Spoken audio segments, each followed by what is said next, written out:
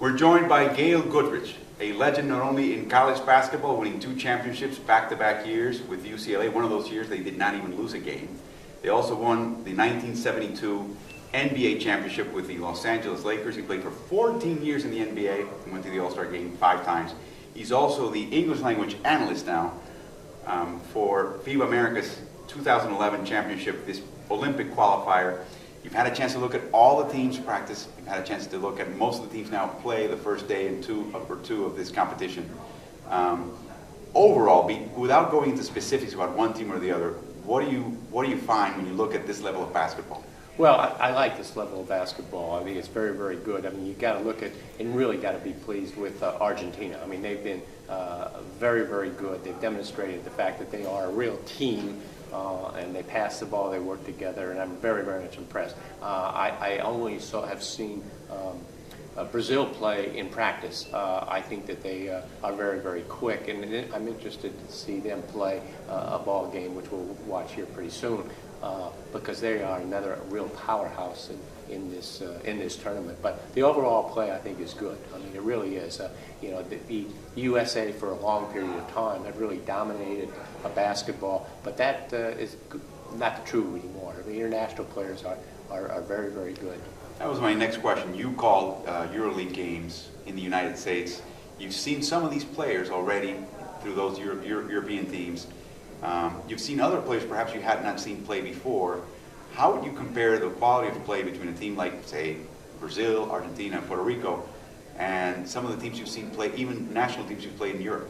Well, again, the level of competition from the international players is really risen the last few years, and you see that as evidenced by the number of international players that are actually in the NBA. I think it's approaching almost 80 players in the league. So you look at the international players, they are very well schooled, very fundamental type players, and all the players can shoot. That's one thing that they really can do. They've worked a great deal on their shooting, and they shoot very, very high percentage.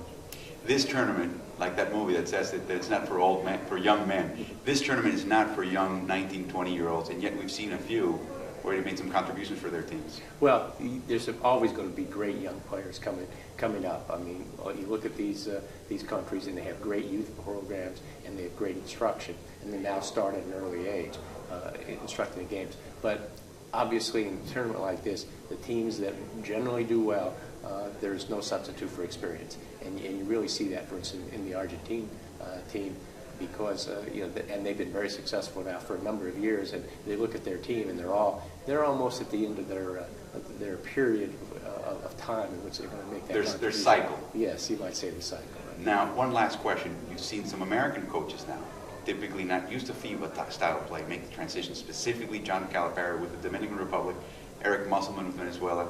How are they faring?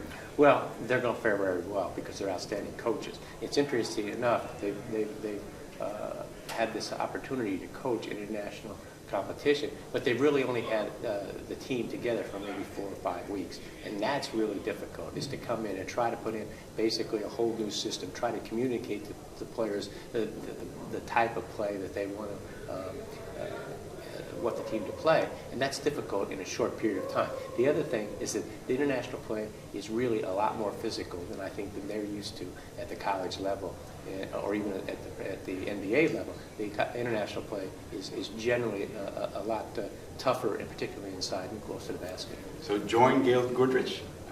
He'll be joining me, Alvaro Martin, in the English language broadcast of the late games, the 2 afternoon and evening games here in Mar del Plata throughout this tournament, all the way up to the final on September 11th.